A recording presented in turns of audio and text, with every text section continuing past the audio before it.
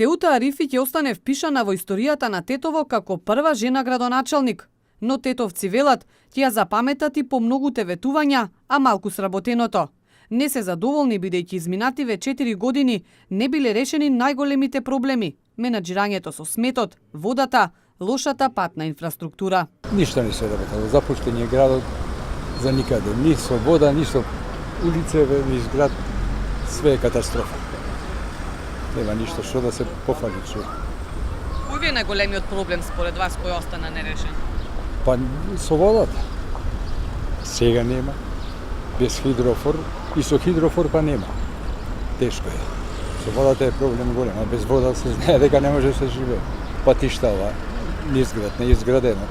Се гради една улица од 200 метра 3 години.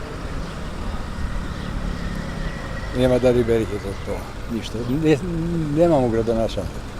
Не ги интересира уопште. Пуштено е само на себе. Дека се лута они колку сакаат, тоа е. Колку сме задоволни, никако не сме задоволни.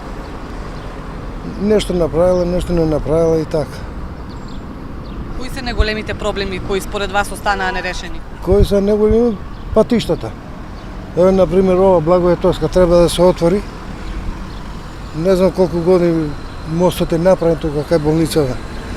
10 години повеќе има уште. Уште не е направен. Паркиралишта нема, гужва голема, ред никако. Ништо не е решила. Ништо. Баш ништо. Абе, ништо не сум задоволна ја. Ајде, нека има избори тамо. Видиш и паркинг, видиш и вода по Тетово. А кад ја гласо, реко за 2 месеци ќе биде вода и пулти и све.